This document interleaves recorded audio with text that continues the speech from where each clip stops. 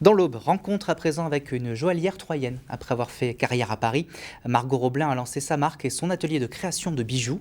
Et après 1 an et demi d'activité, les débuts sont encourageants. Tiffaine Leroux et Olivier Mayer l'ont rencontré. Sur son établi, récupéré dans son ancienne école, Margot Roblin aime que ses journées produisent du concret. Formée au métier d'art dès 16 ans à l'école Boulle, où elle se spécialise en joaillerie, elle aime jouer avec le métal, pour le moment toujours de l'argent, qu'elle associe à des pierres naturelles semi-précieuses, topaz, grenat, tourmaline.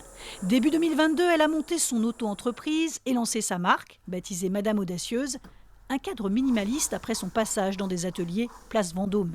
Je suis restée 3-4 ans dans cet atelier de sous-traitance.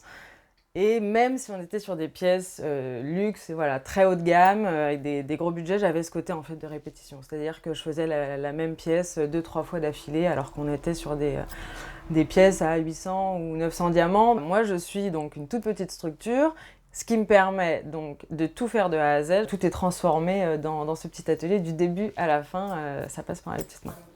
Même si elle invente et dessine, le cœur du métier, c'est ce savoir-faire qu'elle a acquis comme serre-tisseuse lorsqu'elle habille un bracelet, par exemple. Je viens pousser le métal pour bloquer et emprisonner la pierre pour éviter qu'elle s'échappe. En fait, parce que rien n'est collé, c'est vraiment du sertissage, c'est de la bijouterie. On n'est pas sur de la fantaisie.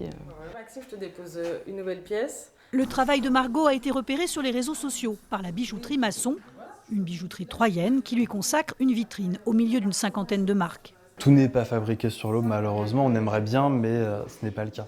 Et là, on retrouve quelque chose en circuit court, donc quelque chose qui va être entièrement fabriqué ici. Et on travaille aussi avec quelqu'un qui est proche de nous, donc s'il y a besoin de rencontrer les clients ou autres, c'est plus proche. Après une très bonne première année, 2023 a été plus difficile, mais Margot y croit.